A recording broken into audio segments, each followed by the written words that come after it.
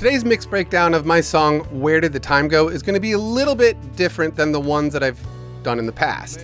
Of course, I will talk a little bit about the plugins and some of the mixing stuff that I did to make the song get to where it was. But I also want to talk to you guys a little bit about if you've ever gotten to that point in a recording where you start not liking your song.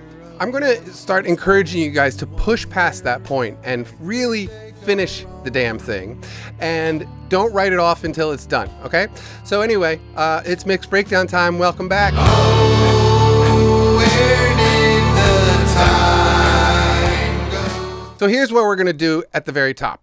I'm going to let you hear my original demo of this song. I mean, I wrote it on Monday morning, and around 1:30 I was really starting to dislike the song in general.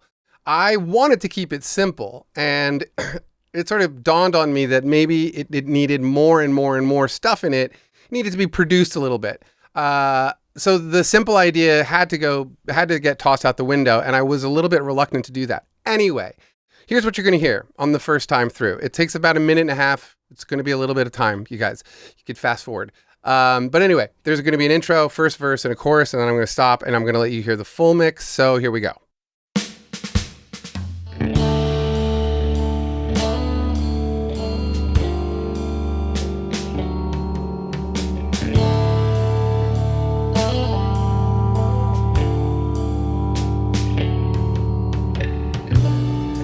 He's looking for a jacket that he used to wear.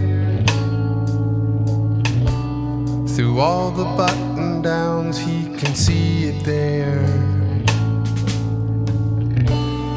Swings it over his shoulders, now it's way too big. He shakes his head.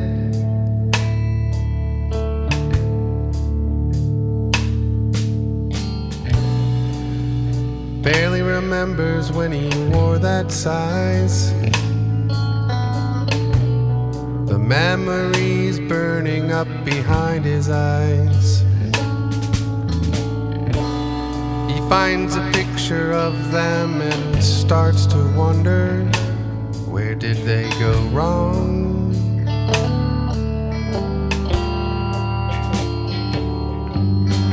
Oh, where did the time go? Oh, where did they go wrong?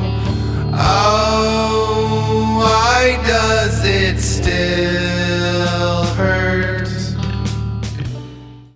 So obviously that's a much more simple, stripped down version. And in fact, I like listening to that a little bit better today than I did when I first made that mix on Monday at like 1:30.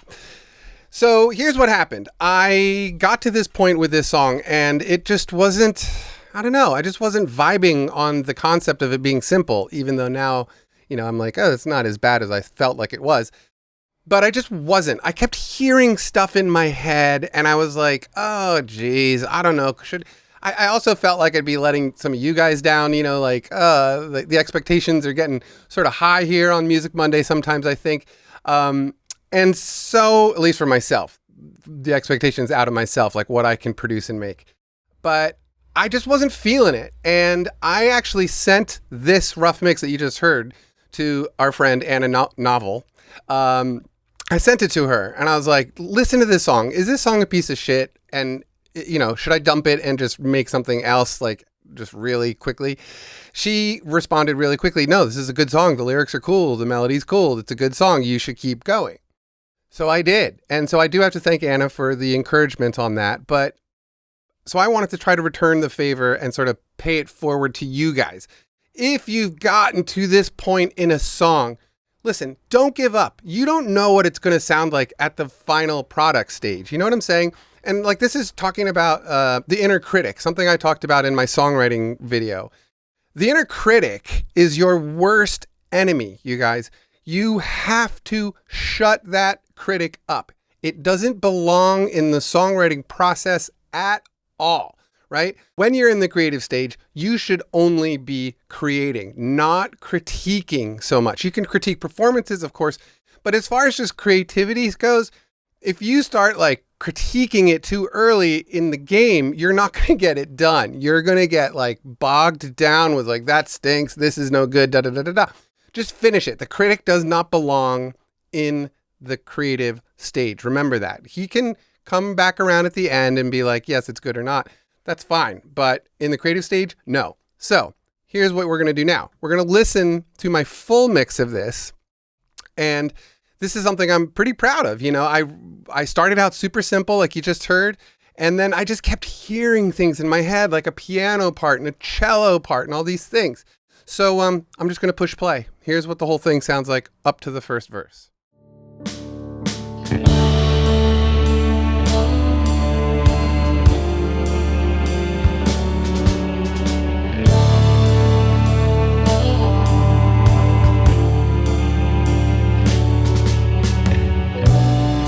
Looking for a jacket that he used to wear.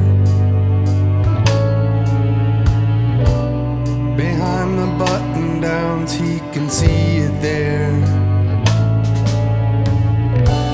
Swings it over his shoulder, but now it's way too big. He shakes his head.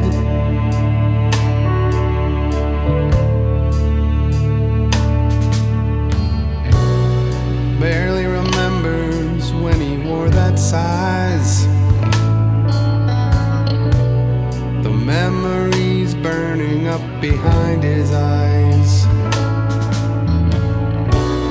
He finds a picture of them and starts to wonder, where did they go wrong?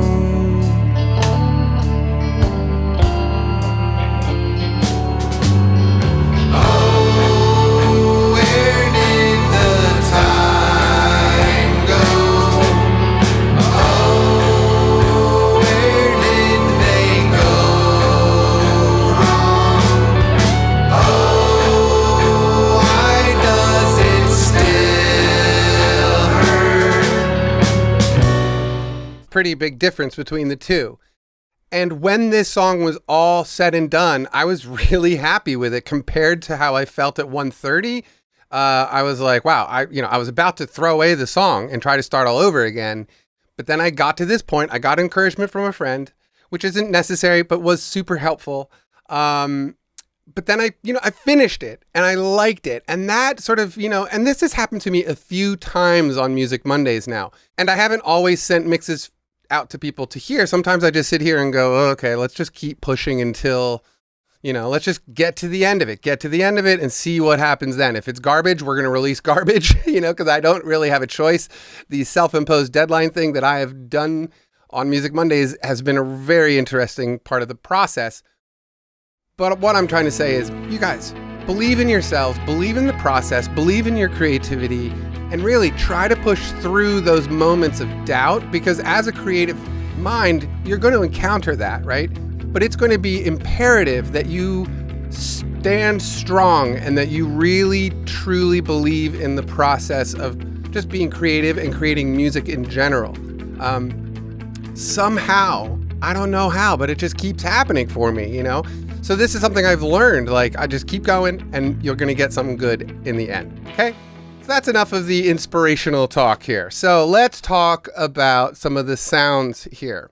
The first thing I want to tell you is that I purchased a plugin specifically for this song, and that was an auto tuner.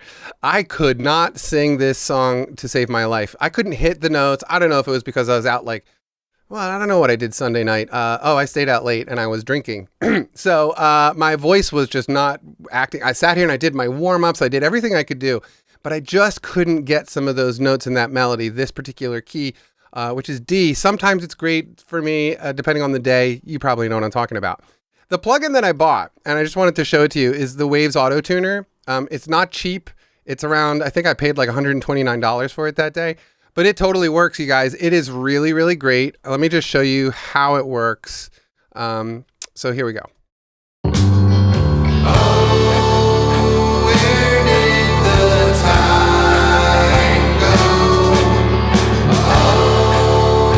Okay, so let's solo this track out and listen to that again. And let's actually take one of these notes and change it. So, right? So this is A. Let's make it, B flat, and let's see what it sounds like. Oh, where did the time? So you see what I did there? I can actually grab individual notes and move them.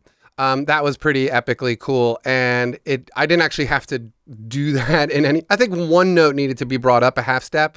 But overall, like the plugin itself, just the regular old Waves tuner thing, really, really powerful, works pretty well with GarageBand.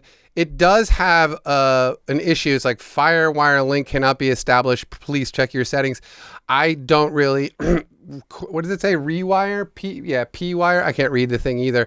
I haven't figured out what that is all about yet, and I will try to resolve that issue, but I haven't found like why that would be a problem for me yet. Anyway, I just wanted you to know I did have to go out and buy like a straight up professional auto tuner for this, and it was time. I've wanted to buy one, and so I did. I just sort of threw down the money and was like, screw it, I'm getting a good auto tuner. So I'm happy that I did. It's a pretty powerful thing. If you've been curious about this, get the Waves one. I liked it. It's working well. On the vocal, another thing I want to talk about. So the difference between the lead vocal on the original demo and the version that got released is this. On the demo, I was using the SM7B. On the version that got released, I was using my AKG P420. Now, something I want to tell you about the AKG P420, I do have to pull up a little bit of some words here in front of me because there's some terminology here. I just wanted you guys to know that the AKG P420, the circuit in that microphone is based on the Neumann U87AI. Okay, so there's a couple of interesting things about the circuit in both the Neumann and this AKG back here, which I have started to talk a lot more about, because not only is it, especially if you buy them used, they're really, really inexpensive, but a super interesting microphone. It gives you this nice, flat, very, very accurate sound. It doesn't color the sound very much at all. And that's sort of the point of why it's such a great little microphone. So the P420, based on the Neumann U87AI. The circuit is a single stage JFET with negative feedback. The NFB provides corrective high frequency roll off for the capsule, and the mic's output is balanced by a small transformer. It's an unbelievably good, inexpensive microphone. If you're in the market for a good condenser microphone right now, like if you maybe got some extra cash around, want to get a second one or a third one or your first one, I'm definitely going to recommend the P420. I really underestimated that microphone for a very long time. I was using all sorts of different ones all over the Music Monday. This one and my E100S by CAD, by far my two favorite condensers that I've used. Obviously, I really love the SM7B, but at this point in the game, I just want to do something different. And so that's what's going on. So that AKG P420, certainly something to check out. It's a great little microphone. The plugin side of things, I used my straight up normal preset that I have. I did add the FG76 Vintage Pre from Slate Digital, of course. This is something I haven't been using very much, this particular little preamp, but I remembered using it in the old days when it first came out and really liking it, and I dropped it in here. It was just what it needed to sort of help lift out the mids a little bit of my voice and stuff. And as you can see on the EQ side, there's a little bit more subtractive EQ going on in this particular song. And that is me bringing out, 2.32 kilohertz at, we'll call it 5.3 dB. So that's sucking out a lot of like the low mids and stuff. And as always, I'm pulling out the 200 hertz, we can just call that 2 dB. A little bump in the 1 dB bump at around 130, which is something for my voice that I like to do. And I think that's pretty common for male voices. I think the 130 range is a nice area to touch up for low end, just a little bit. Don't go excessive on that. It just helps maintain the warmth of your voice. And if the microphone has some good warmth, this microphone is very nicely detailed when you sing into it or anything that it records in general. Has really nice detail. And that was something I wanted to make sure that I got out of this vocal performance.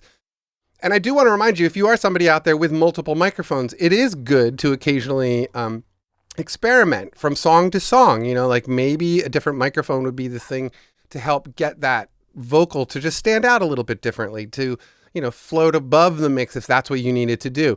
The SM7B is really good at sitting in the mix. It doesn't, when I'm mixing this SM7B as a when it was used on a vocal track, I'm always trying to make that sound sit in the mix. When I'm using condenser microphones, I tend to push those vocals above the mix a little bit so they stand out a little bit more. So anyway, there's that. Compression, I'm using this FG401 right now. Love this thing. I have this threshold. It's relatively medium. It's not squeezing too much. But again, I wanted this vocal performance to be even, like a good vocal track should be. There shouldn't be lots of peaks and valleys through it, right? There should be a good amount of, not a huge amount of compression, just enough where it's not like, whoa, that one note was really loud, right? You want it to be smooth. And so, closing my threshold down pretty, medium here was important. I also did have a really fast attack on the compressor as well as a fast release. So on some of those moments, like on the like the head of that note, that is always a little bit hot in these recordings. So I wanted to grab it, but also let go of it. So you didn't really hear the compressor working very much. Again, that's another reason I like this FG401. It is relatively transparent, but the nice thing about it is even though it is squeezing quite a bit, it will maintain the low end. This particular plugin has some nice warmth to it. As you use it more and more, you don't lose a ton of low end out of it. It's a great thing about this vocals, or about that compressor. All right. So another thing I want to talk about again is the Philharmonic 2. I do need to go ahead and make a full-blown review of this plugin because IK Multimedia gave it to me to review, and I haven't made that review, and that's because I've just been trying to learn how it all works and figure out how to work it inside of GarageBand because we don't have MIDI mapping. So it's a little bit of a challenge, but you can just set it all to channel 14 and it will work. Just so you know, if you're a GarageBand person and you're trying to figure out which MIDI channel GarageBand is using, it's 14 apparently. Across the board, all the time, it's 14. This Philharmonic 2 thing, the Miroslav plugin suite is stunning. I love, love, love these sounds. These are excellently recorded. They're excellently sampled. The playing is obviously amazing, recorded with great microphones and a great studio and a great space, all this stuff. The thing that I just love about it is that it's totally convincing, right? I am such a snob when it comes to string sounds. I can always hear like, those are synthesized strings, and it just doesn't work for me. It just, as an engineer, as like a lover of acoustic instruments, it's imperative to me that it sounds accurate. I don't want it to sound like a keyboard. I want it to sound like a cello, right? So this thing, just listen to it. It's so good.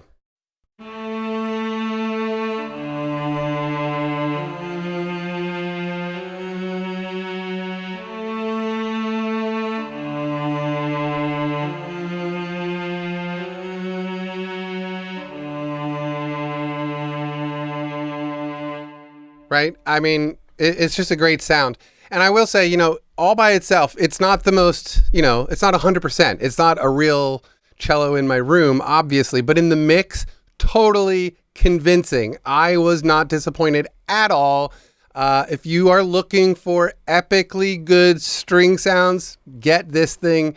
They do have a smaller version of it. Like the big one's like pretty expensive. I think it's like $400 or some odd dollars. But they have a lesser expensive one, which I don't know the price on. Just check out the IK Multimedia website for the details on that. But in general, it's awesome. The string sounds are great. It is a huge file. Like the sounds that come in, it's like over 50 or 60 gigabytes worth of stuff. So make sure you keep it on an external drive unless you really have a ton of space on your internal drive. This, for me, lives on an external drive. Not a big deal. It's just how it had to happen because my internal drive is pretty full. So anyway, let's talk about some other stuff in this song that is interesting. So in the choruses, there might be something you did or did not notice that there are electric guitars. The electric guitars are doing this.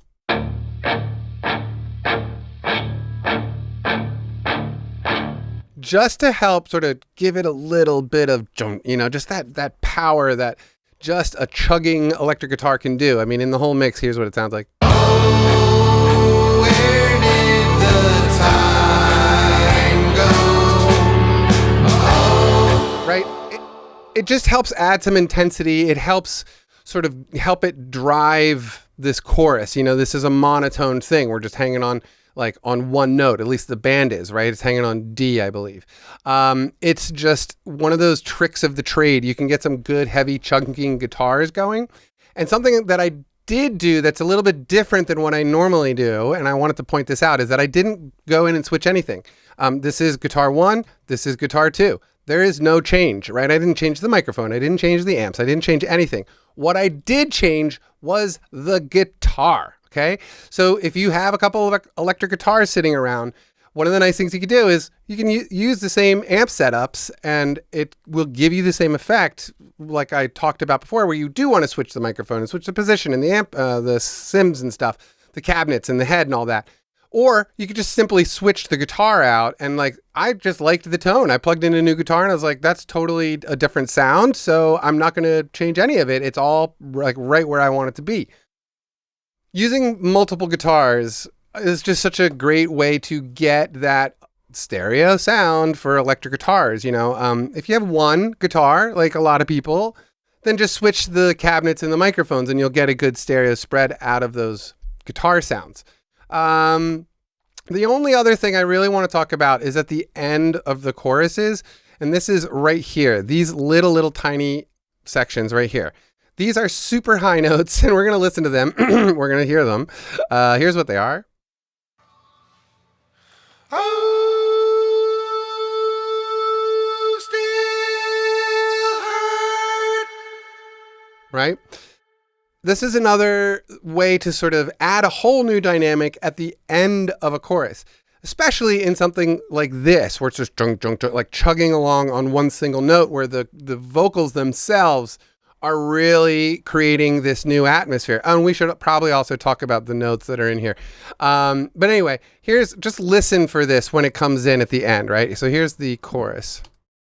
Oh, where did the time go? Oh, where did they go wrong? Oh, why does it still hurt? Right? It's like you're climbing to the top of the mountain, and when those high notes come in, it's like, yeah, you're at the peak of the mountain right there. It's the end of that chorus, and it just sort of like, it's a long crescendo, I just thought that was an interesting thing that I did in here, and I thought I'd share that with you. Now, there were some, conversations about the note choices here in this chorus. Here they are isolated. Oh, where did the time go? Oh, where did they go wrong? So that chord, the one that's like giving everybody such a big hard time, is basically, well, it switches. So sometimes it's a D minor 7, and we're talking about the dominant 7, right? The more bluesy 7, not the major 7. So sometimes it's the minor 7 and sometimes it's the major 7. There's that switch there, that from that F to the F sharp, where, right? That's F sharp, right?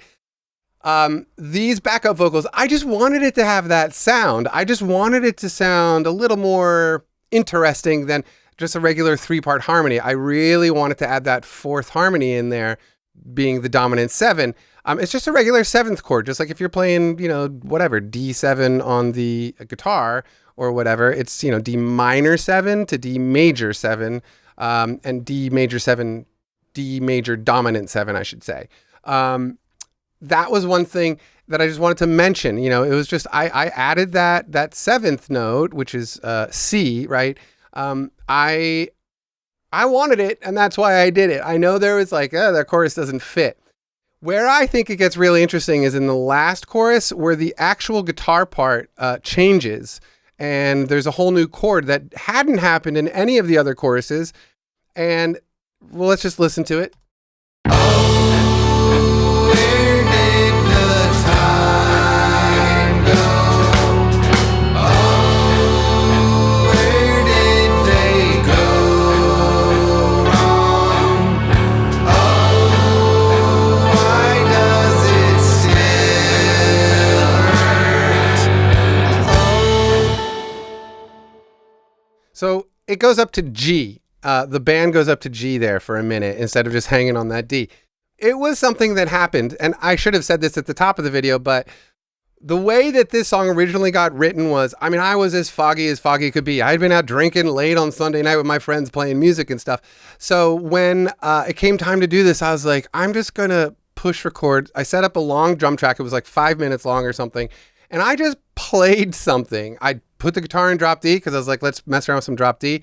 And I just played something from beginning to end. And that is what you're actually looking at here. This is the original take. No ideas at all. I just sort of was like, let's just play and hopefully end up with something. It obviously has been edited down into, you know, this version that you're listening to now. But that top track, that's the original guitar take, just as it was performed at like 8:30 or 9 in the morning or something. Cup of coffee here, just like, oh gosh, here we go, Music Monday. I played it and I like wrote all the parts on the fly, and I was like, okay, I feel like as it came up, okay, that intro thing sort of seemed like a chorus. Let's just go back to that. We'll turn that into a chorus. The section where we would call it the bridge or the musical interlude, right? That was like, again, in my head, I was like, okay, I've done, you know, an intro and 2 choruses. It needs a new third section. So I just played something different. I knew what key I was in. I knew what chords I could use. I just sort of threw myself at it and was like, let's just see what I get. And then I started building stuff up on top of that original track. I edited it down into what felt like a decent arrangement. And then I started filling in all the bits and pieces, the bass and the vocals and all that kind of stuff. It was a very different method than I've done in the past. I think I've only done it this way a few times for Music Monday, where I just sort of like, let's just see what comes out and let's go with the very first idea.